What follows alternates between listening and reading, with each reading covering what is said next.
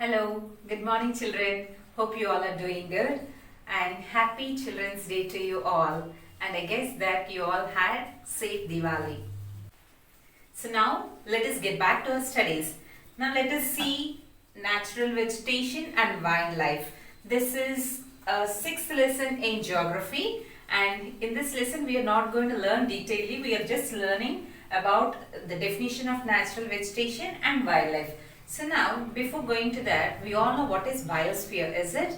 So in biosphere, we have all the living organisms and its habitats all come under biosphere. So from biosphere,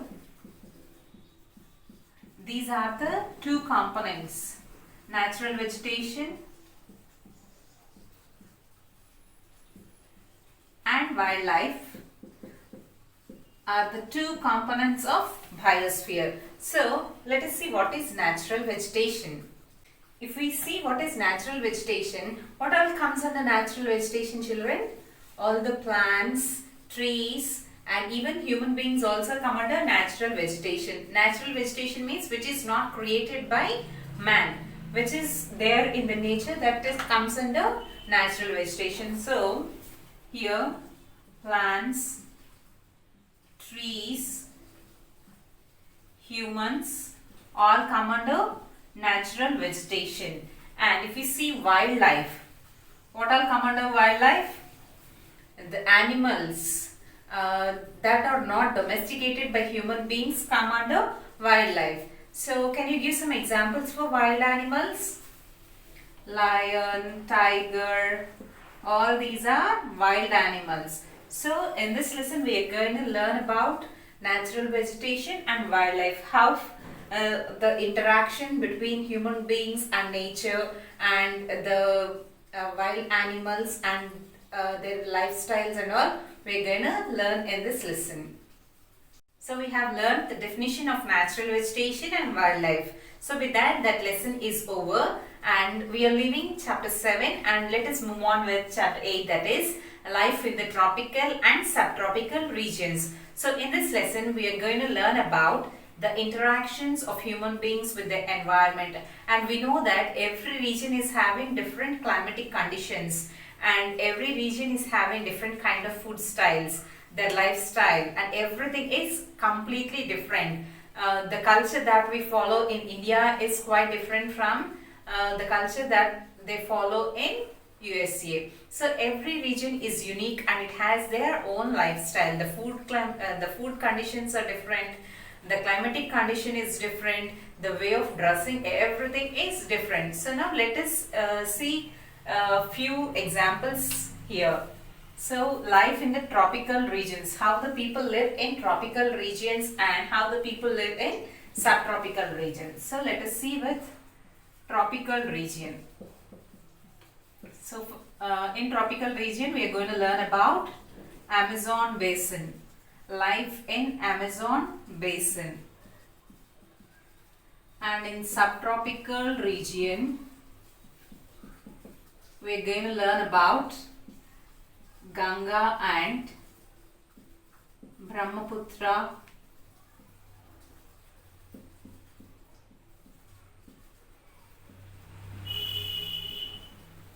So in tropical region we are going to learn about Amazon basin, and in subtropical region we are going to learn about Ganga and Brahmaputra basin. As we see the word Amazon, mostly from lockdown time, everyone know Amazon means only the online shopping. So we all are sitting at home and booking things like that. Is it, children? Life in the Amazon basin. So this Amazon basin is located in the northern part of South America. So this is Amazon basin and it is located in the northern part of South America. So suppose if this is an equator and Tropic of Cancer and Capricorn. So this area is called as tropical area or tropical region or tropical zone. So above the equator and below the equator, this area is called as tropical area, and this Amazon basin is located 10 degrees north and 10 degrees south to the equator. and this Amazon basin is having the largest river in the world, that is Amazon. So children, I think you all know what is the longest river, right? So Nile is the longest river and Amazon is the largest river in area. The Amazon originates near the Andes mountain in the west and it is drained to the Atlantic Ocean in the east. So throughout this area, this Amazon basin is covered or occupied. So it is starting from Andes mountain in the west and it is drained into the Atlantic Ocean in the east, and while flowing it is covering area Peru, Bolivia, Colombia, all these areas it is covering, and this Amazon river is flowing in all through these areas. So if we see the climate of this Amazon basin, as this Amazon basin is located near the equator, the climate here is hot and almost it receives everyday rainfall. So the climate here is hot and it receives rainfall almost every day. And now let us see natural vegetation.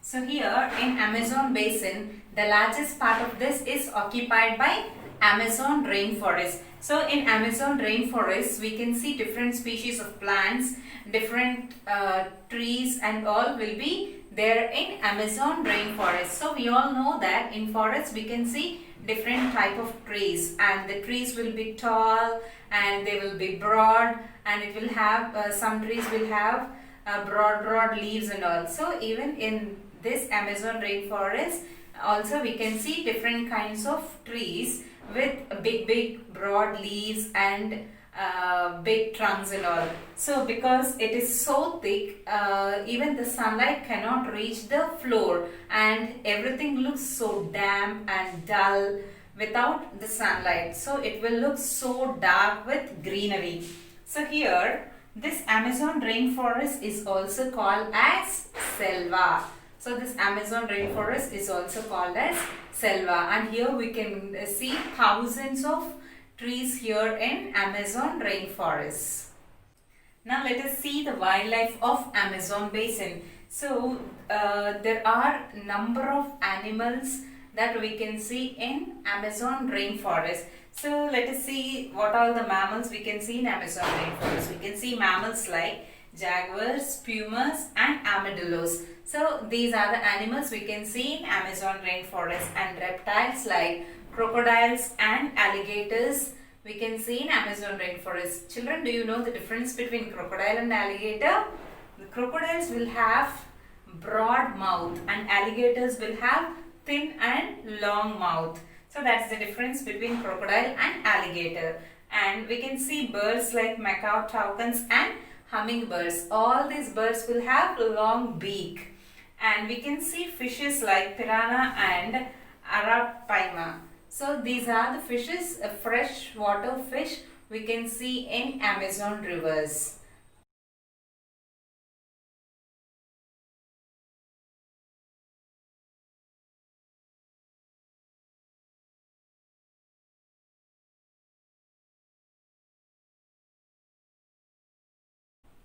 Now let us see the people and their lifestyle in Amazon basin. So here in Amazon basin we can see only less population, or it is called as sparsely populated. So only few groups of people are living in this Amazon basin, and many people want to live in cities and towns. So even the local people also left the Amazon basin and they started living in cities and towns, and many of them prefer to live in the tributary areas and all. So only few groups of people are left over, and they were there for from thousands of years in this Amazon basin, and those are called as indigenous people or indigenous group of people, means local people. And in these indigenous group of people there are two different tribes again, Yanomami and Tikuna. These are living in this Amazon basin from thousands of years, and many people have left this place because of the lack of if they have any diseases or anything, they can't immediately go to hospitals because this is an interior place. They cannot move to cities so quick. So for that reason, they have left this Amazon basin and they started settling in cities and all. So only few people, a few traditional people, those are living in this Amazon basin, and they still follow their own traditions. We all know how forest people will be there, and here even in this picture you can see in page number 57 that boy is having all some kind of toothpick like things and all. So all the tribal people will have their different cultures and they still follow those cultures.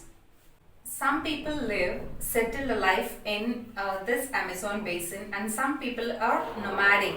That means they will be keep on moving from one place to other, and only few people live settled life, and the houses that are made are also not permanent. They have all temporary houses, and whatever the materials they get in the forest, they pick everything and they build their own houses. So the houses are also temporary and it has to be rebuilt periodically, and they have different kinds of houses called malokas. Malokas means community houses with slope roofs. You can see that in page 157 picture, and the main occupation for the people there is fishing, hunting, agriculture, including slash and burn agriculture is also one of the main occupation for them. So let us see slash and burn agriculture. It is also called as shifting agriculture. In this, the people will select a patch of area and they'll clear all the trees and plants what are there in that area, and they will burn it, and whatever the ash that is coming out, that they use it as manure or fertilizer, and that will enrich the soil fertility. So with that they will cultivate crops like plantain, rubber, coffee, soybeans, all the cassava, all these are the crops they can cultivate in such kind of areas.